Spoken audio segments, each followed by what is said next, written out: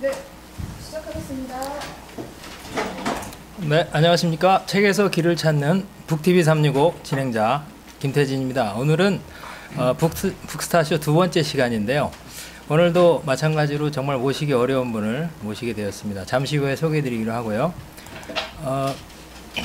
우리 북TV 365에서 이제 5월부터 이제 새로운 진행자가 함께 진행하게 되죠. 그래서 좀 더 새로운 모습으로 여러분들 찾아뵐까 하고요. 오늘은 이런 주제에 대해서 얘기를 해볼까 합니다. 사실 요즘 직장인들 업무 현장에서 받는 스트레스가 상당히 많습니다. 직장인들은 직장인 나름대로 자기 일, 그 다음에 상사 이런 분들 스트레스 많은데요. 반면에 이제 상사분들도 스트레스가 상당합니다. 제가 많은 이제 상사분들, 관리자분들, 경영자분들과 함께 많은 이야기를 나누게 되는데, 그럴 때마다 이제 상사들의 고민은 딱 이 한마디입니다. 사람이 없다. 그런 얘기입니다. 직장이라고 하는 곳이 참 주어진 일을 잘 소화해내기도 정말 버거운 곳이, 그런 곳이면 틀림없습니다만은 또 그러는 가운데에도 이제 우리 관리자분들이나 이런 분들은 정말 마음에 쏙 들게 일해주는 그런 직원들 어디 없나 이렇게 하소연을 하는데요. 오늘은 이제 직장인으로서 또 성공적으로 또 자신의 또 미래까지도 설계해 나갈 수 있는 그런 태도에 대해서 한번 생각을 해보려고 합니다. 오늘은 이 책을 선정했습니다. 직장에서 성공하려면 프리랜서처럼 일하라. 김태진의 북스타쇼 오늘의 주인공은요. 지난번 모셨던 이제 저자분과 마찬가지로 어마어마한 또 저서를 갖고 계신 분입니다. 요 저서에서 좀 어떤 특징이 있습니다. 제가 이 배치를 아무렇게나 한 게 아니고 이게 배치에도 좀 의미가 있는데, 오늘 이제 많은 분들 또 찾아와 주셨는데 이 배치에서 뭔가 의도를 좀 짐작을 해 주시겠습니까? 소설. 네, 맞습니다. 네. 책도 이제 분야별로 나와 있죠. 오늘 모실 북스타 분께서는 이제 또 오른쪽에 보시면 또 소설이면 소설, 또 이제 가운데를 중심으로 이렇게 아래쪽까지는 또 자기계발서면 자기계발서, 또 왼쪽에는 또 우리 어린이들을 위해서 동화나 이제 위인전 이런 이제 많은 책들을 또 쓰셨습니다. 또 이런 이제 다작을 하신 거 보니까 전업 작가냐 이렇게 생각할 수도 있는데요. 그렇지 않습니다. 정말 왕성한 활동을 하고 계신데, 오늘의 북스타를 모시겠습니다. 박수로 맞이해 주십시오.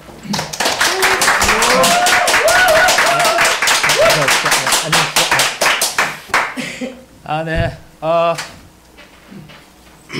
오늘의 북스타, 이 자리에 오시면 먼저 이제 자기소개부터 해주셔야 되는데요.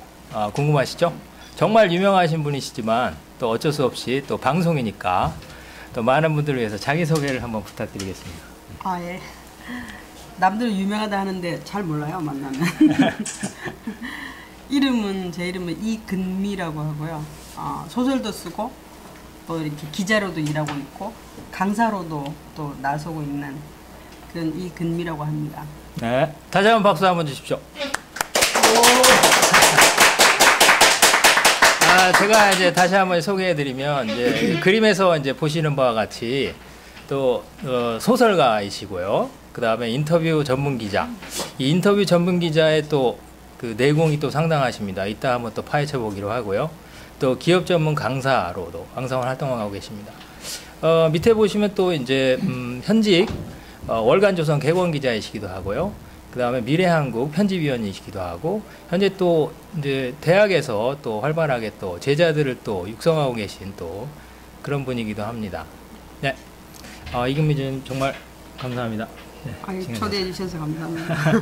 네, 그럼 이금미 저자님의 또 지난 이야기도 한번 또 들어보고요.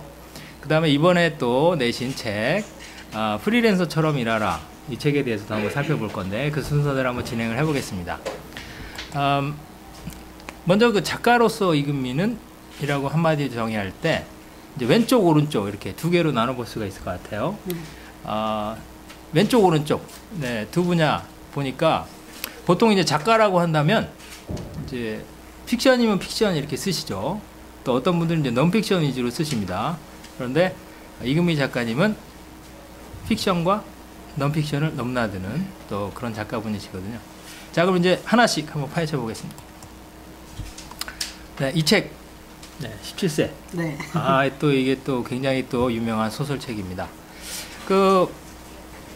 네, 이 책 이금미는 하고 17세 이렇게 되어 있네요. 그러면서 밑에 고등학교 검정고시 출신이다 이렇게 되어 있습니다. 네, 아, 고시 출신이에요. 고시 출신. 아, 고시 검정 출신. 네, 갑자기 당황했습니다만 네, 고시 출신이시군요. 아, 국가에서 실시하는 이 시험을 네, 거쳐서 네, 고시 출신이시군요. 아, 여기에 또 많은 사연이 있을 것 같습니다. 그 옛날로 한번 거슬러 올라가 보겠습니다. 어쩌다가 왜 고등학교 검정고시라는 거는 중학교를 마치시고 고등학교 안 간 거죠. 고등학교를 안 가신 거 아닙니까? 아, 어쩌다가. 그러니까 보통 보면은 이제 고생을 예를 들어서 진짜 고생을 해야 되는 그런 입장이 되는 분들이 있잖아요. 뭐 여러 가지 사정상 있고, 그다음에 고생에 사서 하는 케이스가 있잖아요. 고생을 네. 안 해도 되는데 사서 하는 케이스. 그럼 저 같은 경우는 어쩌다 보니 고등학교를 안 가게 되는 바람에 제 인생 모든 게 이게 달라진 것 같아요. 아. 만약에 그 당시에 제가 그대로 집에서 가라는 학교를 그대로 갔으면은 그냥 아무 그 스토리가 없는 사람이었을 것 같아요. 그래서 오히려 저는 고등학교를 안 가면서 스토리가 나름 생기고 길이 이렇게 달라지면서 소설을 쓸 수 있는 그게 된 것 같아서 저는 고시 출신이라는 걸 상당히 아, 지금 돌이켜 보면 예, 그때 당시에 이제 제가 울산에서 자랐거든요. 네, 울산, 그래서 네. 이제 울산에 공업도시다 보니까 대학교가 울산 공업 그 당시에는 울산 공과대학이었어요. 밖에 없었어요. 종합대학이 없었고 그래서 이제 우리가 서울이나 부산에 대학교를 가려면 부산이나 서울로 고등학교를 가야 된다. 그렇게 다들 생각하고 있었는데 집에서 우리 엄마 아버지는 뭐 그렇게 교육열이 뛰어나고 또 옛날이니까 그런 게 아니니까 남동생도 있고 그러니까 울산에 있는 학교를 가라. 그리고 그 당시에 상업고등학교가 제일 좋았었어요. 아, 당시에는 네, 이제 여상을 가는 네, 곳이 여상을 가야 되는데 그래서 가기 너무 싫고 이러고 있다가 뭐 어쨌든 하여튼 저 책에 보면 좀 나오는데 외삼촌이 오고 이래서 그럼 내년에 네가 데리고 갈게 막 이랬는데 어린 마음에도 내년에 데리고 간다는 건 좀 말이 안 될 것 같아요. 지금 다니고 있으면 내년에 데리고 간다 이래서 몰래 부모 몰래 시험을 안 쳤죠. 제 마음에. 아, 여상 시험을 봐야 되는데 가야 돼. 그날 시험 치러 가야 되는데 안 간 거예요. 보기로 해놓고 응, 다 뭐 체력장까지 다 하고 그래서 안 갔는데 나중에 발표할 때 학교 안 간 걸 알게 됐죠. 그래서 어영부영 하다가 그러니까 다른 애들 고등학교 다녀야 될 때 저는 학교를 안 가고 어영부영 하다가 울산에는 되게 그 회사가 되게 많거든요. 그렇죠. 공업도시니까. 대기업의 네. 생산 공장들이 되게 많아요. 네. 그래서 뭐 어떤 애들이 시험 치러 간다는데 무슨 시험인지도 모르고 나도 따라갔다가 그래서 거기 시험 쳐갖고 또 그때 애들이 많이 왔는데 그 시험에서도 제가 1등을 했어요. 근데 이제 키가 너무 작아서 그 당시에 키가 작아서 이렇게 현장에 일할 수 없었는데 1등 했다고 넣어줬어요. 넣어줘서 현장에서 일을 할 수 없으니까 이제 고등학교 나온 애들이 앉아서 일하는 뭐 실험하는 데를 넣어줬는데 그러다 보니까 완전 어린애가 어른들 세계로 왔잖아요. 그래 거기에서 이제 내가 그때 있으면서 봤던 거, 느낀 거를 소설에서 썼죠. 아. 그때 만약에 거기를 안 가고 고등학교를 갔더라면 소설 같은 거 쓸 나는 평탄하게 이렇게 그냥 정해진 대로 똑같이 살았을 것 같아요. 네. 근데 그때 어쩌다가 그 학교를 거기 회사에 들어갔고 그러다 보니까 그런 것들이 하나 쌓여서 나한테 문학적인 그런 게 생긴 것 같아요. 졸업하고서 회사에 갈 수 있는 그런 시험이 있었군요. 이렇게 면접도 보고 이렇게 해서. 울산은 제가 나중에 서울 가서 친구들하고 얘기해 보면은 서울 애들하고 되게 다르더라고요. 울산은 그 옛날에 그러니까 한 70년대 80년대만 해도 우리는 그때 벌써 아르바이트 같은 거 다 했었어요. 방학 때도 설탕 공장 가서 외국 있잖아요. 설탕 넣는 거 이런 거 아르바이트도 하고 냉동 공장에 가서 고기 녹이는 아르바이트 해서 애들 뭐 사 입고 엄마들도 나가서 다 일을 했었어요. 왜냐면 사람이 너무 부족하니까 울산은. 일자리가 필요했군요. 네. 일자리가 있었군요. 네. 그랬는데 서울에 오니까 애들은 그런 거 모르더라고요. 그렇죠. 그래서 중학교 마치고도 많이 갔어요. 전혀 대책 없는 건 아니었고 일을 하려고 마음 먹으면 일을 할 수 있었군요. 그리고 네. 중학교 졸업하고 회사에 다니는 사람이 되게 많았어요. 그때. 그래서 그게 어색하지 않았던 것 같아요. 내 생각에. 네. 그래서 이제 그럼 10대에 이제 직장 생활을 시작한 거네요. 네. 그 다음에 이제 동료 같이 시험 본 친구들과는 달리 막 현장에서 일하는 게 아니라 약간 업그레이드된 1등을 했기 때문에 그리고 뭐야 가운을 딱 입고 가운 입고 이제 고등학교 졸업한 사람들 일하는 곳에서 이제 일을 하신 거네요. 그렇죠. 네. 그럼 또 나름 이제 새로운 경험을 한 거네요. 어른들의 세계를 알았어요. 그때. 네. 그때 당시에 그 뭐랄까 변화하는 시기였어요. 그때 울산이. 다 고졸 출신들이 실험실에 있고 이랬다가 갑자기 내가 들어갔을 때 서울대학교 섬유공학과 출신이 갑자기 내려와서 나이도 어린데 고등학교 나온 나이 많은 아저씨를 몰아내고 그 사람이 실장이 돼서 이 아저씨 열받아서 회사 그만두고 막 이런 거를 제가 다 봤어요. 서서히 스펙이 밀려오는. 네, 처음으로 울산이라는 공장에 그리고 여자도 여상 나온 언니가 제일 거기서 높았었는데 전문대학 출신 여자가 오면서 계산기가 등장하고 막 이런 거 그거를 계산기가 그 언니가 저산 쫙 놓고 했었는데 갑자기 계산기가 와서 탁탁탁 하고 이러니까 그래서 이게 그런데 이 어른들이 보면서 그 좌절하는 모습을 보면서 그렇죠. 세상은 참 다르구나 그런 모든 내용들이 17세에 들어있죠. 이렇게 시대 변화의 현장을 예, 봤어요. 어떤 이제 근대화가 되면서 그런 근데 현장을 참 특이한 바로 게요. 겪으셨네요. 제가 나중에 대학교 왔을 때 서울에 왔을 때는 보니까 서울이 훨씬 서울에서 보는 노동 현장이 낙후된 거예요. 막 뭐 미싱하고 뭐 이런데 울산은 완전히 공업도시로 완전히 최정상이었는데 그랬습니까? 여기 와서는 무슨 청계천에서 뭐 하고 뭐 이렇게 하니까 그게 좀 갭이 많이 있어요. 울산이 훨씬 공장 이런 거는 훨씬 자동차 있지, 뭐 유공이 있지, 조선소 있지, 막 이러니까요. 근데 그렇게 이제 쭉 가실 수도 있었는데, 어떤 그 계기가 뭐 그래도 어떤 계기가 있으셔서 뭐 이제 그 일을 하는 것을 이제 또 그만두시지 않습니까?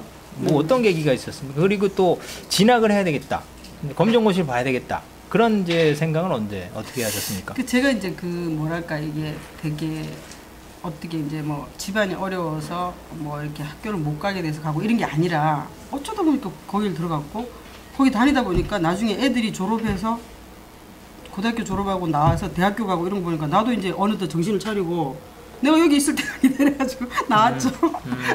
나와가지고 있는데 그러나 나는 공부를 안 했잖아요. 공부를 안 한 상태에서 근데 이제 엄마가 학교를 안 갔으니까 근데 고등학교 나온 애들하고 같이 일을 하고 있으니까 고등학교 안 가도 되니까 얘를 뭘 가르쳐야 되겠다고 해서 피아노를 가르쳤어요. 피아노를? 그래서 어릴 때 이제 또 그 당시 피아노 친사는 별로 없었는데 그렇죠. 피아노를 쳐가지고 또 막 피아노 열심히 쳤어요. 그때 당시로는 뭔가를 해야 되니까. 그래서 나와서 그 애들이 학교 다 이제 고등학교 나온 애들이나 대학교 간 애들이나 그만두고 나왔을 때 나도 여기 다닐 필요가 없다 그래서 나와갖고 있는데 선생님이 이제 피아노 한번 가르쳐봐라 이렇게 된 거예요. 그래서 피아노 가르치고 있는데 피아노 가르칠 때 그 당시에 예전에는 그게 있었어요. 그러니까 이렇게 과외 교수 그 하는데 고졸 출신이라 해야지 그걸 할 수 있게 해줬었어요. 그러니까 그 당시에는 대졸 출신이 별로 없지만 고졸 출신 정도는 돼야 할 수 있게 해줬는데 그게 없잖아요. 그래서 검정고시 시험 치고. 피아노를 늦게 배우셨는데? 그래도 6살 그 정도 배웠으니까 너무 늦은 건 또 아니었어요. 그래도 재능이 있으셨나 봐요. 근데 워낙 치는 애들이 좀 없었던 것 같아요. 근데 그 당시에 예전에 과외 금지됐었잖아요. 근데 진짜 되게 그 아줌마들 있잖아요. 되게 막 뭔가 이 알바를 하고 싶은 아줌마들, 고급 알바를 하고 싶은 아줌마가 오늘 바이엘을 배워가지고 내일 가르치는 아줌마도 있었어요. 그러니까 피아노를 조금만 칠 줄 알면 가르칠 수 있다. 용감한 아줌마들. 그렇게. 근데 저는 그에 비하면 상당히 잘했다니까요. 그러셨군요. 네. 그래도 재능이 있으셨다는 거죠, 그러니까. 그리고 교회에서 피아노 이걸 반주자였어요. 그러니까 빨리 좀 많이. 그래서 조금 그런 아줌마들과는 달리 좀 되는 정말 젊은 피아노 선생님이 이제 떴는데, 근데 피아노 선생님을 정식으로 하려면 고등학교를 마쳐야 된다. 그것도 초기에만 그랬지 나중에는 그게 좀 달라졌을걸요. 초기에 우리 할 때 그런 자격증이 좀 있었어요. 과외 교습이라는 게 생겼어요 그 당시에. 법이. 그렇군요. 그래서 일단은 또 피아노 선생님으로 한동안 잘 나가셨고요. 잘 나가다가 이제 그 검정고시 쳤으니까 대학교를 가야 되는데 공부를 이제 너무 오래 안 했잖아요. 공부를 새로 할 수는 없고 뭘 하느냐 해서 음대 시험을 계속 쳤었어요. 피아노를 좀 치신 거예요, 그러니까. 그죠? 굉장히 열심히 쳤죠. 그러니까 이제 음대를 가기 위해서. 그리고 사실은 어느 정도 한 몇 년 치고 나면요, 또 소나타 같은 거를 하나를 계속 연습하면은 또 될 수도 있어요. 아, 또 될 수 있는. 아, 그때 또 그렇게 하면 또 음대도 갈 수 있는. 떨어졌죠, 그러니까. 아, 그러시죠. 세 번이나 쳐서 떨어졌어요. 아, 또 대학을 또 이렇게 음대를 또 한번 가야 되겠다. 제일 이렇게 해서. 그게 쉬울 것 같다는 생각이 들었어요. 아, 그러니까 공부로 해서 이제 대학에 이제 도전하는 것보다는 그동안 이제 해왔던 이제 피아노로 한번 도전을 해보신 건데, 실력도 좀 되셨고 하셨는데. 했는데 제가 첫 해에 준비가 좀 덜 된 상태에서 시험을 쳤는데 딱 들어가니까 눈앞이 캄캄하면서 틀렸어요. 이게 트라우마라는 게 그런 것 같더라고요. 그러니까 첫 해에 이걸 틀리니까 둘째 2년째에 대해서는 다 외웠는데도 막 치는 데만 가슴이 두두두두 하면서 막 이게 또 틀린 거예요. 그래서 두 번째, 세 번째는 합격할 수 있었는데 치다가 중간에 하여튼 근데, 그런 거 있습니다. 근데 또 우리가 또 그거를 또 어떻게 다르게 생각하면 길이 다른 데로 오기 위해서 제가 그때 피아노로 갔더라면 또 글을 못 쓰지 않았을까. 아, 그렇군요. 그래서 어쨌든 그러면 대입에서 참 그 뭐랄까요, 그 어떤 첫 해의 그런 트라우마 때문에 연인 영거퍼 이렇게 실패를 하시고 그럼 좌절 좀 하셨겠어요. 그래서 네 번째 해는 피아노 선생님이 나한테 그러는 거예요. 진짜 어려운 곡을 치자 이번에. 그래서 곡으로 한번 밀고 나가자. 그래서 곡까지 다 받아왔는데 딱 연습을 하는데 딱 안 되겠는 거예요. 왜냐면 이건 1년을 연습해도 아무리 잘해도 그날 가서 못하면 안 되거든요. 아, 그 그래서 트라우마가. 내가 그리고 이게 보장이 없잖아요. 그래서 내가 그거를 딱 안 되겠다 이거는 도저히 이건 또 1년을 내가 소비할 수 없다 이래서 딱 그만두고 나서 좀 그때 좀 좌절했죠. 어디를 가야 될지 몰라서. 그러고 있는데 이제 제가 어릴 때부터 이렇게 좀 글짓기 같은 거 좀 잘했었어요. 아, 백일장 같은 데 나가시면. 근데 이제 어릴 때 그렇게 해서만은 아니고 제가 한 이제 20대 그때 좀 초중반 요때 길을 걸어가다가 그 이렇게 서점에 있잖아요. 서점에 이렇게 이런 왜 그 되게 예쁜 여자 이런 여자들 왜 표지 있잖아요. 표지. 아, 표지. 근데 요새 뭐 이회수 선생님 되게 요새 좀 분위기가 안 좋으신데 이회수 선생님 저는 이회수 선생님을 좀 은인으로 생각하는 게 그 선생님 저를 잘 모르지만 예를 들어서 그런 거예요.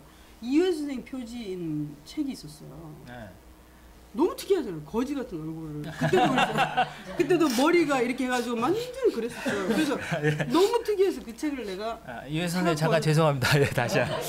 그래서 그 책을 사갖고 와서 내가 봤어요. 그게 소설 문학이었어요. 그래서 그 책을 보다가 내가 단편 소설이 너무 재미있고 그래서 계속 그 책을 계속 내가 그 정기구독처럼 계속 했었어요. 근데 그때 단편 소설을 읽는데 전부 다 학교를 중앙대학교 문해창작학과 아니면 서울예술대학교 문해창작학과 나온 사람들이 다 소설 썼더라고요. 거기 소설이 이제 저자들 모두 보니까 거의 한 3분의 1 이상이 문해창작학과예요. 아, 그래서 생각이 딱. 그때 내가 그 음대를 도저히 못 가겠고 어디를 가냐 하는데 그때 진짜 섬광처럼 중대 문해창작을 가야 되겠다. 근데 그때 또 마침 중앙대학교에서 실기가 30%가 생겼었어요. 그래서 내가 필기로만 봤었는데. 네, 그 전까지는. 그래서 필기 70%, 실기 30%. 그래서 내가 어릴 때 글 좀 썼고 이러니까 한번 가봐야 되겠다. 그러니까 실기 30%가 뭔가 하나의 계시처럼 그런 거죠. 나를 부른다. 나를 부르고 있구나. 얘들이 나를 원한다. 나 이제 공부만으로는 승부하기 어렵지만 한번 실기로 한번 섞어보자. 그래서요. 결과가 어떻게 됐습니까? 그래서 중앙대학교 시험을 쳐가지고 한 방에 붙었죠. 한 방에. 인생이라는 게 또 이런 것 같습니다. 그런 노력을 해서 이렇게 3년을 노력해도 뭔가 아쉽게 이렇게 조금씩 떨어지다가 뭔가 나는 그동안 해온 건 전혀 없지만 뭔가 이제 어느 계시처럼 이렇게 받아들여진 게 있어서 한번 도전해 보니까 또 한 방에 이렇게 되는 그렇네요. 네, 그래서 이제 그 문예창작과 이렇게 생활을 하셨고요.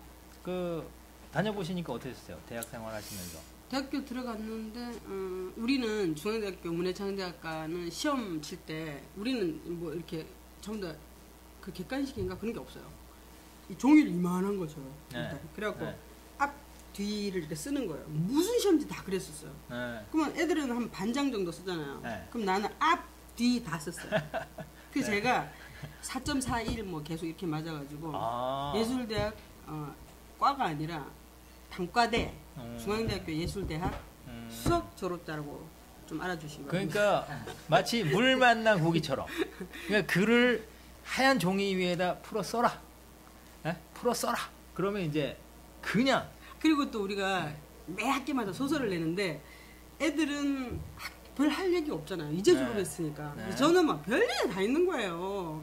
별별 소설 쓰고 그러니까 그런 게 조금 더 강했던 것 같아요. 이제 조금 이제 경험이 있는 상태에서 학교를 들어갔기 때문에. 아, 그러니까 말하자면 정규적인 과정을 거쳐서 이렇게 그대로 이제 곱게 자라신 분들은 뭘 써봐라 그럴 때 쓸 말이 전혀 없는데 좀 없어요. 네. 좀 이렇게 인생에서 정식 이 길이 아니라 딴 데로 이렇게 샜다가 이렇게 돌아오셨기 때문에 그 새 있는 과정 여기의 이야기들이 이제 하나의 글 소재가 되고 이렇게 돼서 그 문창과는 그런 게 좀 강해요.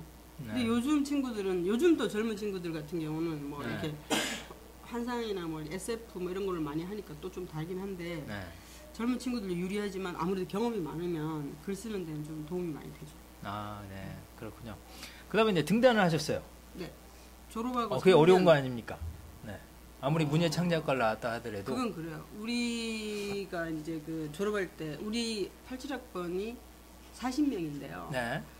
그래도 우리가 좀 실기를 치고 들어가는 학생이라서 그런지 등단한 친구는 한 10명은 넘는 것 같아요. 근데 10명이 넘는데 그 중에서 활동을 하거나 이렇게 하는 사람은 몇 명 안 돼요. 우리 87학번에서 대단히 유명한 작가가 하나 나왔죠. 박민규. 박민규. 네, 마지막 작가. 찬미 슈퍼스타의 뭐 마지막 팬클럽 갔습니다. 네. 그 친구도 울산 친구예요. 그렇군요. 네. 동양 친구시고. 그래서 이제 처음 이제 등단하신 소설이 바로 그거는 중편 소설인데요. 낯설게 하기라는 건데 우리 좀 집안 얘기예요. 집안 얘기. 우리 아버지하고 큰아버지의 얘기. 네. 그렇군요. 어쨌든 그 소설이라는 게 이제 본인의 삶의 이제 경험을 바탕으로 사실은 많이 하게 되는데, 그런 점이, 네. 또 좋은 소설을 낳는 그런 또 소재가 많이 됐던 것 같고요. 자, 그럼 이제 픽션 부분에서, 소설을 이제 또 연이어 또 이제 장편을 또 쓰셨지 않습니까? 네네. 장편 소설 간단하게 또 한번 소개해 주시죠. 장편 소설은 그러니까 제가 이제 졸업하고 나서 3년째 됐을 때 이제 중편 소설에 그러니까 당선이 됐어요. 네. 소설가 당선이 됐는데 계속 소설을 쓸 그 여력이 안 됐어요. 왜냐하면 제가 졸업하자마자 바로 기자로 일을 했기 때문에. 네. 그리고 또 이게 기자로 일하면 또 되게 재밌거든요. 막 사람들도 만나고 막 늘 재밌어요. 그래서 돌아다니면서. 액티브하죠. 네. 근데 이제 소설가로서 활동하려면은 소설가는 좀 더 뭐랄까 이 조용하게 있으면서 생각도 많이 하고 그래야 되는데 뭐 너무 바쁜 거예요 그 당시에. 그래서 등단만 해놓고 계속 그냥 기자로 일을 하다가 지금 2006년. 그러니까 2006년. 제가 진짜 그 소설 등단한 거는 93년도인데 1993년도인데 다시 장편 소설로 등단한 거는 2006년. 13년 후에 이 17세라는 소설. 근데 제가 기자 생활을 15년 하고 났는데 네. 이게 막 머리가 있잖아요. 막 있죠. 막 이게 너무 막 이게 막 이제는 뭐랄까 내가 도대체 기사를 쓰려고 중앙대학교 문체과를 그렇게 갔나. 뭐 여러 가지 생각들 막 그러고 있으면서 막 되게 괴로웠어요. 그 당시에 내 인생을 어떻게 설계해야 되나 막 이렇게 하고 있는데 갑자기 그때 얘기가 막 떠오르는 거예요. 옛날. 내 17살 때 얘기가 막 갑자기 떠오르고 그래서 이걸로 탁 썼죠. 그래서 이제 2006년에 또 17세 이 소설 잘 나갔죠? 네. 이 소설은 뭐랄까 이제 소설은 그런 것 같아요. 소설은 정말 체험이 있어야 돼요. 근데 이게 내가 그 당시에 그 있었던 여러 가지 체험들이 딱 들어가 있으니까 진정성이 있다고 남들이 그래요. 제가 남들이 네, 원래 보니까, 있습니다. 네. 근데 이게 책이 딱 나가면서 저 앞에 이제 동그라미 해놓고 써있죠. 책 따세라고. 책 따세. 네, 저게 네. 지금 우리나라에서 책 따세라고 책으로 따뜻한 세상을 만드는 교사들의 모임이라는 책 따세인데 저기에서 추천을 받기가 너무너무 힘들어요. 교사 지금 책을 내는 사람들이 저기에서 추천을 받기를 너무나 원하는데 제가 추천을 받았어요. 저기 추천을 받다 보니까 지금 전국에 있는 중고등학교에서 계속 이게 추천 도서가 되다 보니까 저 책은 지금 계속 나가고 있고 뭐 한국문화예술위에서도 우수 작품상도 받고 그 좀 성적이 좋죠. 네. 이게 그러니까 청소년들에게 읽힐 만한 정말 좋은 소설이다. 처음에는 어른들을 위해서 썼어요. 네. 근데 제목이 17세다 보니까 선생님들이 17세라는 게 관심 갖고 애들한테 읽혀야 되겠다 이렇게 된 거죠. 근데 저는 우리나라 사람들 특히 학생들이 되게 수준 높다고 생각해요. 초등학교 5, 6학년도 읽은 애들이 있더라고요. 저는 어른을 있었는데 중고등학생은 물론이고. 네. 그래서 엄마랑 애가 같이 읽는 책이 됐죠. 네. 아빠랑 아들도 되고요. 아, 네. 그다음에 이제 17세 이후에 또 소설 장편 그리고 하나. 2년 후에 어쩌면 후르츠 캔디라는 책을 썼어요. 아, 네. 그 소설은 이제 어떤 그거는 내용인가? 제가 대학 졸업하고 광고회사에서 좀 일을 했었는데 네. 광고회사에서 겪은 일들, 아. 그 광고에 관한 프로세스가 되게 많이 나와요. 그래서 그것도 재밌게 생각해서 직장 현장에서의 또 예, 어떤 예. 체험을 또 바탕으로 대부분 저는 좀 체험적인, 왜냐면 또 이렇게 기자를 일을 해서 그런지 뭔가 이 확실하게 이 프로세스가 딱 있는 거, 네. 경험이 있는 그런 거를 자꾸 쓰게 되더라고요. 아, 그렇군요. 자, 그럼 이제 픽션 부분은 이제 이 정도로 정리해 보고요. 여러분께서는 지금 이제 북TV 365 북스타쇼 이금미 저자편을 이제 듣고 계십니다. 그 다음으로 이제 논픽션 이제 이 부분에 이제 작가 이제 소개를 하기 전에 이제 기자 생활을 하신 부분에 대해서 좀 얘기를 해야 될 것 같아요. 자, 그럼 여러분 이제 보고 계신 화면에 등장하는 주인공 누군지 아시겠습니까? 이 사람은 원래 그 아무나 만나주지 않는다로 유명한 정말 콧대가 이렇게 좀 또 다시 좀 죄송합니다. 정말 콧대가 높으신 걸로 유명하신 분이죠. 그래서 이제 어떤 기자들도 사실은 취재하기가 정말 어려운 사람 베스트 1위 이렇게 늘 꼽히는 사람인데 그래서 제가 밑에 한 줄 달았습니다. 이금미는 최고의 프리랜서 기자다. 기자 생활에 대한 얘기를 좀 해봐야 될 것 같아요. 또 이제 이후에 이제 사진 몇 개 보여드리면은 당대에 그래도 제일 잘 나가는 정말 만나기 어려운 분들. 자, 그럼 이제 그 프리랜서 기자로 이제 많은 분들 인터뷰를 또 많이 하셨는데 기자로서 이제 인터뷰 기자로 이렇게 또 나가시게 된 그런 이야기를 좀 풀어서 주시면 좋겠습니다. 네. 저는 이제 졸업했을 때 이제 학교를 늦게 갔으니까 아무래도 취직하기가 조금 쉽지 않았어요. 근데 이상하게 취직이 또 잘 됐어요, 금방. 네. 그래서 대학교 4학년 11월 달에 취직을 해서 한 2년 조금 넘게 직장 생활을 하는데 그 이후에는 이제 저보다 나이 어린 사람이 주임 뭐 이런 식으로 있잖아요. 위로 올라오는 거예요. 아, 네. 그래서 제가 그냥 화끈하게 그만두고 나와서 화끈하십니다, 정말. 그만두고 네. 나와서 프리랜서 기자로 일을 했는데 사실은 그렇게 할 수 있었던 게 이제 아무래도 우리 학과 출신들이 여기저기 많이 있고 잡지사에도 많고 이러니까 그때 당시에 이제 프리랜서로 나서갖고 프리랜서 기자로 일을 했는데 프리랜서 기자로 일을 해도 나중에 하다 보면은 저절로 이렇게 계속 가게 되는 데가 있어요. 지금 제가 월간조선 개건 기자라 그랬는데 네. 94년도에 월간조선에 일을 하면서 지금까지도 하고 있거든요. 그 몇 군데는 계속 같이 가서 일을 하게 되는데 기자 처음 하면은 취재, 그러니까 이를테면 심층 취재 같은 거 있잖아요. 취재를 많이 해서 사건 취재에서 어떤 뭐 사건에 대해서 취재하는 것도 있고 나중에 이제 인터뷰도 하게 되는데 두 가지를 많이 동시에 하게 되는데 요즘은 이제 인터뷰를 더 많이 했죠. 네. 그동안 이제 인터뷰하신 분을 정말 많으시겠지만 계략적으로 좀 가늠해 보시면 몇 명 정도? 이제 이게 1년이 52주잖아요. 네, 네. 근데 일주일에 한 명보다 훨씬 많이 했지만 일주일에 한 명이라 쳐서 제가 1년에 50명이라 치고 10년에 500명, 제가 23년 차니까 그래서 1000명이라고 지금 하는데 그보다 사실 훨씬 많아요. 근데 이제 그냥 1000명이라고 그냥 말하는 거예요. 왜냐면 2000명이라고 말해도 되지만 네. 2000명이면 이름 대봐 이럴까봐 1000명이라고 하면 사람들이 제 홈페이지만 와도 1000명 되니까 네. 그래서 그냥 1000명이라고 하는 거예요. 그럼 이제 그동안 우리나라에 그래도 인터뷰를 받는다라고 하는 거, 공식 매체에서 받는 건 정말 유명한 분들이거나 그 당시 이슈가 되는 분들 아니겠습니까? 그러니까 우리나라에 그래도 그동안 20년 동안 이슈가 되신 분들은 어쨌든 거의 다 만나봤다. 이렇게 말해도 되겠네요. 뭐 거의까지는 아니어도 네. 굉장히 많이 만났죠. 대통령들도 많이 만났고요. 네. 그다음에 대통령 많이 만날 수는 없죠. 대통령도 만나고 네. 많지 않으니까 저기 김정삼 대통령 있는데 만나고 그다음에 정말 골고루 만났던 것 같아요. 특히 이제 제가 일했던 데가 지금도 하고 있는 데가 시사 잡지다 보니까 이제 우리나라에서 이제 어쨌든 상위 한 뭐 1% 뭐 이렇게 되는 분들도 많이 만났고 네. 사람 굉장히 많이 만났죠. 그러시죠.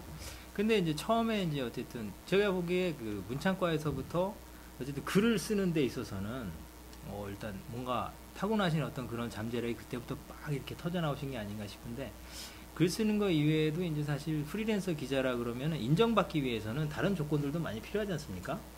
실제로 그 일을 프리랜서로 시작을 하시면서 좀 인정받게 된 계기랄까요? 뭐 어떤 기사랄까요? 그런 게 혹시 있었나요? 일단은 이제 그 전에 제가 그 2년 동안 기자로 일을 했고 네. 그 다음에 제가 일을 했던 데가 인턴처럼 일을 했던 여성 잡지들이 있어요. 이제 정상급 여성 잡지들인데 그쪽에서 네. 제가 보통 우리가 이제 사수가 있으면 그 밑에서 일을 하는데 네. 제가 가시고기 쓰신 조창인 선배, 네. 아니, 조창인 씨 그분이 우리 학교 선배예요. 네. 제가 학교 다닐 때 조교였는데 그 선배 밑에서 그분이 특종 기자였는데 그분 밑에서 제가 기사를 좀 많이 썼어요. 아. 그러다 보니까 뭐 김민기 씨 이런 사람도 인터뷰했고 뭐 여러 분들이 있어가지고 가수 예, 예. 김민기 씨. 네. 직접 인터뷰한 건 아닌데 진짜 가서 멘트를 따고 뭐 이렇게 해가지고 그분이 음. 인터뷰 잘 안 해주는데 그런 것도 있었고 되게 한 좀 중요한 몇 건이 있었어. 그런 게 일단 있었고 그러면서 이제 프리랜서로 쭉 일을 하다가 월간조선 같은 데 가서는 되게 큰 기사를 좀 썼죠. 이를테면 이런 기사를 한번 썼어요. 95년도에 해병대 관련된 기사를 한번 썼어요. 해병대 기사는 함부로 쓰기 힘들다 그러대요. 아, 그렇죠. 실제로 남자 기자가 나가서 남자 프리랜서는 누가 나가서 했는데 너무 이게 커서 도저히 쓸 수 없다 이렇게 된 거예요. 그래서 이제 그다음에 남자 작가가 이번에는 나가서 또 해병대를 했는데 해병대를 도대체 파헤칠 수가 없다 그래서 그러면 아무것도 모르는 여자를 한번 보내보자 그래서 저는 뭐 해병대 쥐가 뭔데 이래가지고 가가지고 취재를 한 거예요. 아, 겁 없이. 네, 그래서 겁 없이. 근데 너무너무 재밌었어요. 막 해병대 취재를 막 하면서 막 온데 가면서 취재했다 딱 나왔는데 그 기사가 지금 생각하면은 제일 아마 그 파장이 컸고 재밌었고 매일 집에 전화 왔었어요. 해병대 사령관님도 전화하시고 포항에 군단장님도 전화하시고 왜요? 감사하다고. 아, 고맙다고. 그리고 무슨 뭐 저기 무슨 동에 누구님도 전화하시고 막 계속 전화하시고 막 되게 그랬었어요. 그 참 고마워하시고 그다음에 많이 있었어요. 그런 어떤 이제 예를 들어서 제일 기자 되려고 하시는 분들이 제일 이제 인터뷰보다도 먼저 해야 될 거는 어떤 조직 같은 거를 분석해 보는 거거든요. 네. 그럼 예를 들어서 저는 삼성전자가 경상수지 1조 원을 돌파했을 때 왜 1조 원을 돌파했냐, 무슨 힘인가 이런 거 95년도에 뭐 그런 것도 취재해보고 그다음에 뭐 우체국 같은 데가 되게 우체국이 한번 완전히 바뀐 적이 있거든요. 그래서 우체국이 왜 이렇게 갑자기 달라져서 바깥에 있는 그런 어떤 택배 그런 업체들보다도 훨씬 이쪽으로 많이 몰리는가 뭐 이런 거 거기 싹 바뀌는 이런 것들 뭐 그다음에 유한양행 같은데 뭐 이런 아주 큰 회사들을 가서 분석해 보는 거는 혼자서 그걸 한번 분석해 보는 거잖아요. 기사를 많은 사람 만나서 기사를 쓰기 이전에. 기사를 쓰기 위해서 많은 사람 만나서 마치 컨설팅을 하는 사람처럼 그걸 다 조사를 해보면서 그 기사를 쓰는 거니까 그런 걸 통해서 많이 그러면 내 기사를 읽는 사람들도 많이 그걸 보지만 나도 되게 많이 갑자기 있잖아요. 이렇게 시야가 확 넓어지고 그래서 기사 쓰는 걸로 통해서 아, 그러니까 이제 그 어떤 기사의 어떤 퀄리티나 이런 거라는 것은 그 이전에 기자가 예. 인터뷰하기 이전에 얼마나 많은 체계적인 준비를 하느냐에 사실 좌우되는군요. 그게 이제 기자의 그런 어떤 특성도 있어야 되고 자기 실력도 있어야 되지만 그 어떤 매체에서 이 컨트롤 해주는 컨트롤 타워가 있어야 돼요. 그러니까 매체 파워가 있으면서 거기에서 확실히 공부하는 사람들이 뭐 데스크나 이런 사람들이 확 잡아줄 수 있어야 되죠. 방향 같은 거. 그래서 이제 제대로 배우면 그래서 조직 속에 들어가서 아, 그러면 이제 이금미 이 기자님은 당시 기자님은 또 조직에서 나름 또 체계적인 그런 수업도 받으셔서 그래 조직운도 좀 있으셨다 이렇게 볼 수도 그러니까 있겠네요. 프리랜서인데도 불구하고 그 이제 처음에 그 조창인 선배가 있었던 그 여성 잡지 그게 또 우리나라 정상급 여성 잡지였었거든요. 네. 거기서 제가 인턴으로 있으면서 6개월 동안 훈련을 많이 받았고 근데 또 월간조선 같이 어쨌든 정상급 시사 잡지에서 이제 훈련을 또 받고 그러면서 그게 이런 어떤 이 여러 가지 이런 분석하는 능력들이 결국은 소설 쓰는데 굉장히 도움이 돼요. 소설은 굉장히 조직적이어야 되거든요. 논리적이어야 그렇죠. 되거든요. 이게 플롯 이게, 이런 예, 게 네. 상호 이게 작용이 돼서 저한테는 여기서 기사 쓰는 게 또 소설 쓰는 거에 상당히 도움이 돼요. 아, 그런 이제 좀 사전에 얼마나 체계적으로 어떤 내 나름의 어떤 그런 정보 체계를 구축하느냐가 기사를 쓰는 데 도움이 된 것도 다시 또 소설로도 도움이 됐다. 그런 기사 말씀이세요? 쓸 때도 기승전결 그다음에 뭐 이게 다 이게 머릿속으로 생각하면서 이게 말이 맞나 이런 거 다 보거든요. 그리고 상대가 했던 말이 저 사람이 했던 말들 중에서 논리적이지 않은 말도 찾아내야지 되고 그래도 어떤 사람들 취재할 때 보면 좀 거짓말을 안돼 부풀리거나 이러면은 그 좀 이상하지 않아요? 이렇게 수치 같은 것도 제시하고 막 이렇게 해야 되거든요. 진짜 예리한 기자들은 제가 그렇다는 건 아니지만 이렇게 그러면 갑옷 두르고 이렇게 딱 감추고 있는 사람들 그런 사람들도 경우에, 있어요. 네. 예. 그래서 이렇게 날카롭게. 예. 네. 그래서 그런 것도 있고 그다음에 제가 이제 소설 쓸 때도 소설 쓸 때 이게 말이 맞나?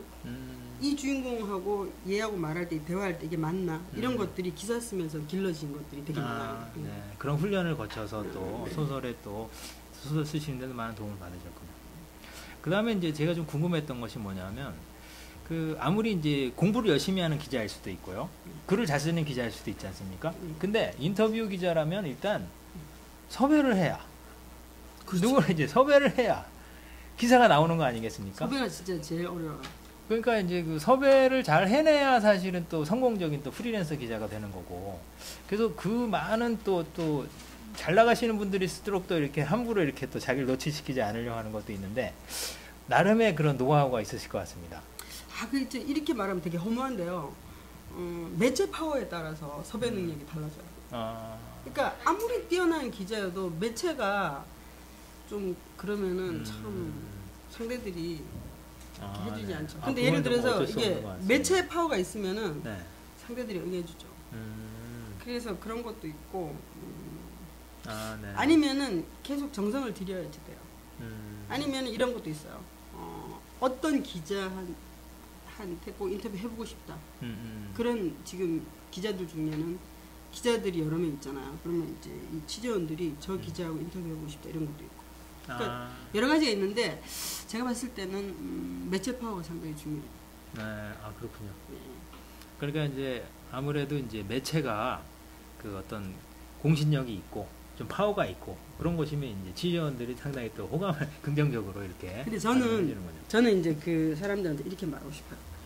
매체를 제발 따지지 말고 자기가 어떤 위치에 있거나 아니면 어떤 일을 했을 때는 그랬을 때는 응해주길 바라요. 왜냐하면 저도 매체 파워 있는데 이제 기자로 프리랜서니까 매체 파워 있는 데서 제가 취재할 때도 있지만 아닌 경우도 있잖아요. 그럴 때 취재 저한테 이제 그쪽에서 거절하잖아요. 그러면 있잖아 진짜 정말 딱 진짜 그 사람 기억해 놓고 있거든요. 다음에 어디 가서 또 만날지 몰라요. 그랬을 때 특별한 일이 아니라면 가능하면 거절하지 말고 응해주면 되는데 네. 어느 정도까지는. 지금 떠오르시는 분 몇 분 계신 것 같아요. 지금 머릿속에. 그때 이제 과거에 그때 이제 조금 마음에 남으셨던 그런 분들 계신 것 같고요. 네,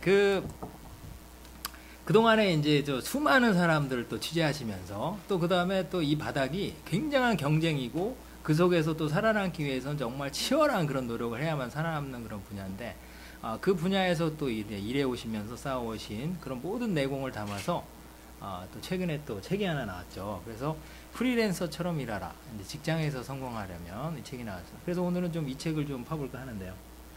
일단은 이 책의 느낌은 일단 어느 정도 옵니다. 근데 일단 저자님께서는 왜 프리랜서인가? 네? 또 직장인들에게 해주시는 조언인데 왜 프리랜서인가? 그 부분에 대해서 한번 설명이 필요할 것 같습니다. 그때 또 제가 뭐 프리랜서처럼 일하라 이거 말 잘못하면 욕을 먹을 수도 있는데 예를 들어서 그런 거예요. 우리는 되게 불평하는 사람이 되게 많잖아요. 우리 사회에 대해서 불평하는 사람들 또 그다음에 많죠, 직장에 네. 대해서도 불평하는 사람도 많고 네. 그다음에 하여튼 자기 뭐가 안 되는 데서 불평하는 사람이 많은데 프리랜서들은 절대 불평을 안 해요. 예를 들어서 불평할 상대가 없어요. 그래서 우리는 예를 들어서 무슨 일을 한다 이랬으면은 네. 저기서 오늘 그만하세요 이러면은 빨리 그만두고 나와서 다른 일을 해야 돼요. 그래서 저는 이제 오랫동안 어떤 일을 위해서 굉장히 의로운 일을 위해서 쟁취하는 건 좋은데 잘 안 될 것 같은 일을 너무 오랫동안 끌면서 막 이렇게 투쟁하고 이런 거는 저는 아니라고 생각하는 이유가 뭐냐면 빠른 시간 내에 다른 걸 찾아야 된다고 생각하거든요. 그리고 우리 같은 경우 프리랜서들은 이제 제가 이제 저 책에도 앞에도 그런 걸 써놓긴 했었는데 무슨 일을 하든지 한 방에 딱 끝내야 돼요. 한 방에? 오늘 만약에 김태진 교수님이 저한테 무슨 일을 시켰다. 그러면 해갖고 와서 이거 어때요? 이러면은 아니 뭐 이렇게 고쳐 이게 없어요. 딱 보고 나서 연락하겠습니다. 연락 안 오면 끝이에요. 아. 근데 제가 이렇게 왔다 갔다 하는 이제 많이 드나드는 회사들 있잖아요. 보면은 그 위에 사람이 밑에 사람한테 이걸 막 던지면서 전 많이 봤어요. 던지면서 야 이거 기사라고 써왔냐 이렇게 하는데 걔는 월급도 받고 네, 네. 연말에 네. 뭐 성과급도 받고 그렇게 하거든요. 회사에 있는 사람들은. 우린 그게 없어요. 그러니까 한 번에 끝나기 때문에 그냥 단번에 끝나기 때문에 열심히 할 수밖에 없어요. 아, 뭐 고치거나 뭐 다시 바꾸거나 뭐 그럴 수는 있겠지만 그거는 진짜 뭐 그럼 그 다음에 일이 끊어지는 거죠. 이 일에 대해서만 그렇게 하지만. 그래서 일단은 여기에서 절대 이 사람이 뭐 이렇게 뭔가 이 하자를 걸지 않도록 해갖고 와야 돼요. 그럴 정도로 저는 일을 하면 직장에서 누구나 상받지 않겠냐 그런 이 말씀 듣는 순간 저도 이제 그 직장 생활 많이 해봤습니다만은 정말 한 방에 쫙 완성돼서 오는 이런 일을 가져오는 이런 부하가 있다면 정말 사랑하지 않을 수 없을 것 같습니다. 네. 그리고 또 이런 거 있지 않아요? 우리 이제 제가 또 그 두 번째 했던 게 뭐냐면은 이렇게 하기 싫은 일을 왜 윗사람들이 시킬 때 표정 같은 게 다르잖아요, 걔네들은. 그리고 지금 저는 이제 아무래도 상사들하고 좀 이제 나이가 좀 되니까 상사들하고 친한 사람이 많은데 애들 눈치를 봐야 된대요, 뭐 시키려고 하면. 근데 우리는 무슨 일을 딱 시키면은 절대 거절하면 안 돼요. 근데 자기가 어느 정도 위치가 돼가지고 거절해도 저기서 나를 또 찾을 거라는 정도가 되지 않는다면은 무슨 일을 하면 그냥 웃으면서 감사합니다 이렇게 해야 돼요. 속으로는 허걱인데. 그러면 이제 일단은 네 감사합니다 하고 난 다음에 내일 다른 사람을 소개해주는 한이 있더라도 무조건 감사하고 받아야 되는 거예요. 네. 그렇게 돼야 되는데 인상을 쓰고 그러면 또 저는 직장에 있는 분들이 또 이러면 또 저한테 야단 뭐라 할지 모르지만 커피 같은 거 네. 타오라 했다고 뭐 그거 갖고 뭐 내가 커피를 타러 왔냐 뭐 복사를 하러 왔냐 한 번 하면 또 어때서 우리는 그런 거 신경 안 쓰거든요. 그래서 사소한 거에 너무 이렇게 직장이 보장돼 있어서 그런지 몰라도 프리랜서들은 그런 게 별로 없거든요.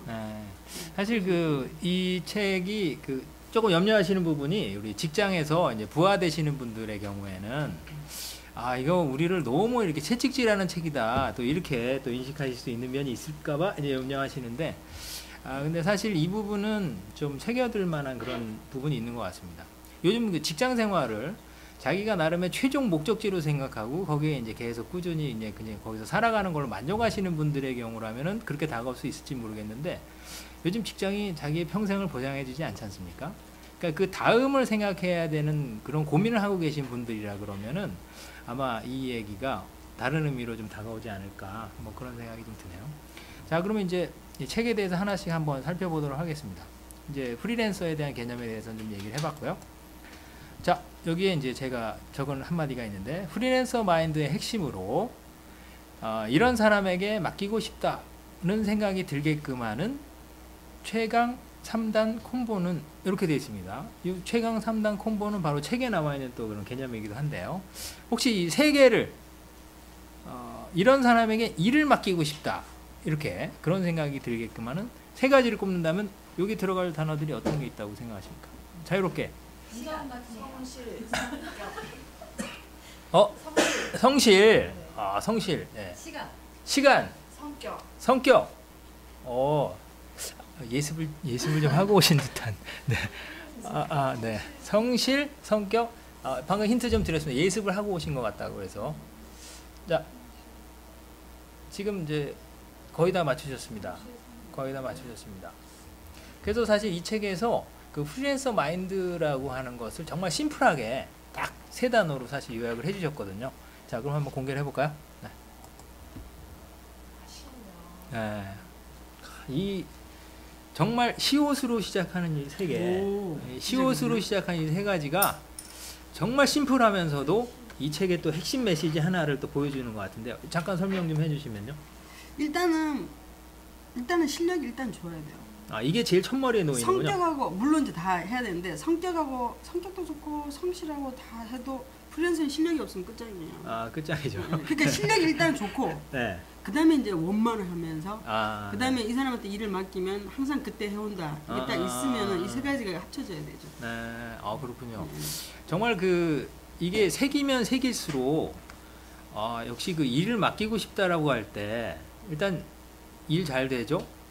일단 부딪히지 않고 뭔가 굉장히 편안하죠.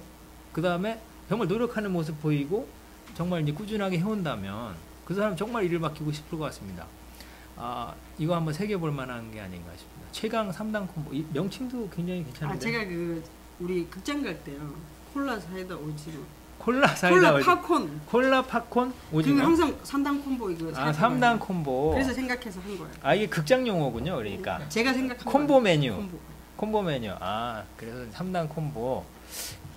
다시 한번 새겨보겠습니다. 실력, 성격, 성실. 네, 세 가지인데 이게 순서도 의미가 있을 것 같습니다. 실력이 일단 있어야 돼, 프리랜서. 네.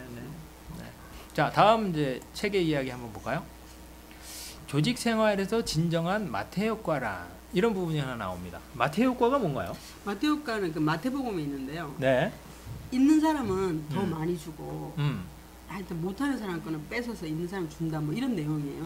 성경에도 그런 내용이 있어. 네. 그게 무슨 뜻이냐면 일종의 긍정적인 빈익빈 부익부 뭐 이런 거네요. 그런 거죠. 예. 그러니까 잘 되는 사람은 더 잘 되고 안 되는 사람은 계속 안 될 수밖에 없고. 자기가 열심히 안 하는 사람은 그럴 수밖에 없다 뭐 그런 내용이죠. 네. 마태 효과. 일종의 그러니까 선순환의 고리 뭐 그런 말하고도 좀 관련이 있겠네요. 그럴 수도 있겠죠. 네. 자, 마태 효과. 조직 생활에서 진정한 마태 효과. 그래서 우리가 이제 조직이 잘 굴러가는 조직이냐, 정말 잘 못 굴러가는 조직이냐, 뭐 그거에 관한 또 한마디가 또 있어서 한번 가져왔습니다. 네. 이 부분 읽으면서 저 딱 무릎을 쳤습니다. 이 조직이 굴러가는 데 있어서 이러한 선순환의 고리가 필요하구나. 한번 읽어보겠습니다. 긍정적인 생각에서 성공이 꼽히고 훌륭한 상사를 만나면 부하가 날개를 달며 좋은 부하로 상사는 천군만마를 얻는 것이고 실력을 쌓아서 일을 잘하면 더 좋은 기회가 온다. 이런 조직이 있다면 저도 한번 일해보고 싶네요. 혹시 이제 그런 마태 효과가 있는 조직 경험해 보셨습니까? 제가 이제 방송 작가로도 일을 많이 했었거든요. 네. 했었는데 이런 경우가 있어요. 그러니까 일을 잘하는 사람한테 일이 몰리는 거잖아요. 네. 예, 마태 효과는 결국 일을 잘하는 사람한테 일이 몰리는 건데 그때 우리가 그때 IMF 때 네. 그 방송국에 제가 모 방송국 라디오 작가로 일을 했었는데 FM 프로는 작가가 4명이고 저는 시사 프로에도 작가 2명이었어요. 제가 퀴즈 한번 내볼게요. FM 프로에 작가 4명이면 왕 작가 있고요. 네. 중간 작가 있고 네. 새끼 작가가 있어요. 막내 작가 있고. 네, 막내 작가 있는데 그러니까 반으로 줄이라 그랬어요. 반으로? 예, 그러니까 무조건 그때 당시에 다 반으로 줄이라 했어요. 왕 작가, 중간 작가 둘, 그다음에 막내 작가. 그럼 누구를 줄여야 될까요? 일단 제 생각에는 1순위는 막내 작가가 나가지 않을까. 막내 작가 나갈까? 네. 그럼 그 다음에 확실히 잘 안 오네요. 네. 저는 일단 가장 일을 잘 해야 되니까 메인으로 쓰시는 분은 남겨놔야 될 것 같고. 지금 경비가 문제잖아요. 경비. 경비가. 네. 그렇습니까? 경비 때문에. 그럼 또 약간 생각이 달라지네요. 네. 경비가. 네. 저는 1사를 남기고 싶습니다. 맞습니다. 그렇습니까? 그러니까, 예. 찍었습니다. 딱 맞아요. 그러니까 중간 작가들은요. 그러니까 왕 작가 혼자 다 할 수 있는 거예요. 얘네들 어떻게 보면은 없어도 원래 막내 작가는 돈 조금밖에 안 줘요.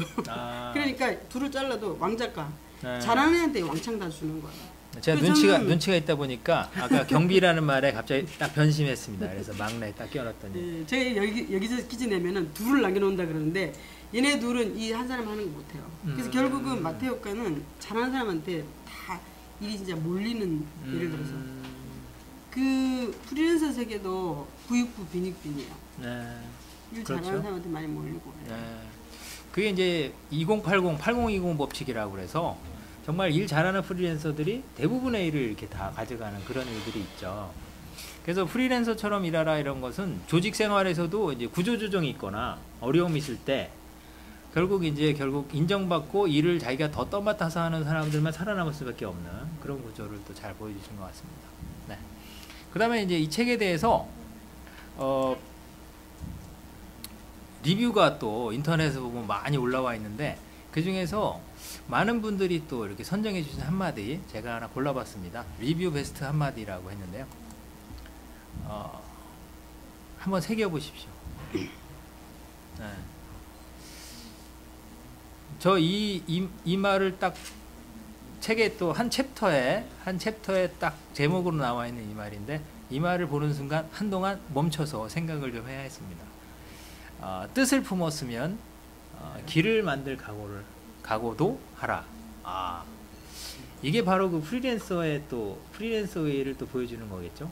네. 저는 뭐 그 뜻이 있으면 길이 있다 뭐 그런 말 하잖아요. 네. 뜻이 있는 곳에 길이 있다. 네. 정말 그럴까요?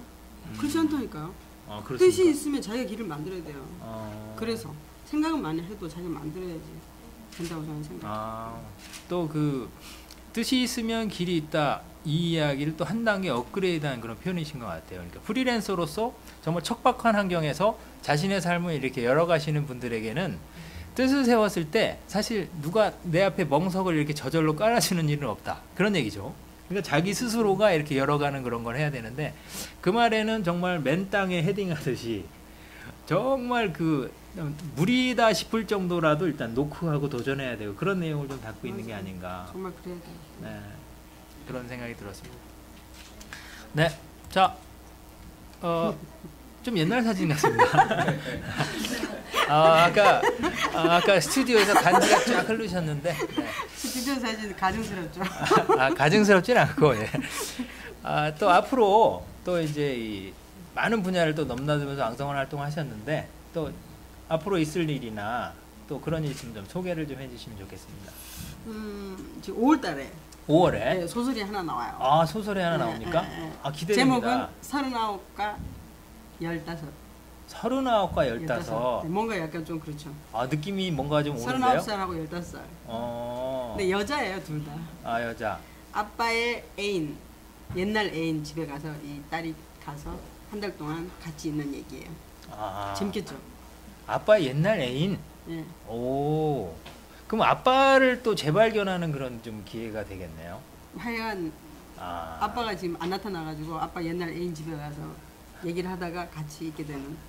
뭔가 그 이 스토리 처음 딱 도입부만 봐도 뭔가 궁금해지는 그런 내용이 돼요. 5월에 따끈따끈하게. 5월에 나오고 7월에 이제 자기계발서가 네, 7월에 하나 나올 것 같아요. 그렇습니까? 네. 엄청나십니다. 7월에 나오는 자기계발서는 어떤 내용? 그거는 제가 그때 2008년에 쓴 플러스 1%로 승부하라, 그거에 좀 확장판으로 해서 성공한 사람들, 아까 제가 취재했다는 1000명의 그 1% 그분들이 어떻게 해서 성공에 이르게 됐나, 그 성공 법칙, 그걸 한번 우리가 배워보자, 뭐 그런 내용.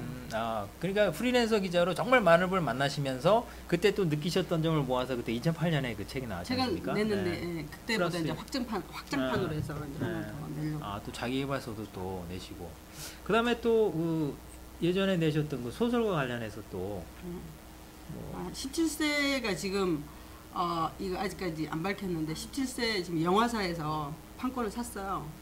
그래서 지금 이제 근데 영화가 되기까지 과정이 되게 많더라고요. 그렇죠. 일단 지금 시나리오를 써서 이제 그 투자를 받고, 그다음에 투자 받고 나서 또 여러 가지 일들이 있는데, 일단 영화사에서 요즘에 그게 뭐 맞다 그래서 17세를 영화화 하겠다 그래서 영화가 되면 오늘 오신 분들한테 제가 초대할게요. 근데 일단 돼야 되는데. 네.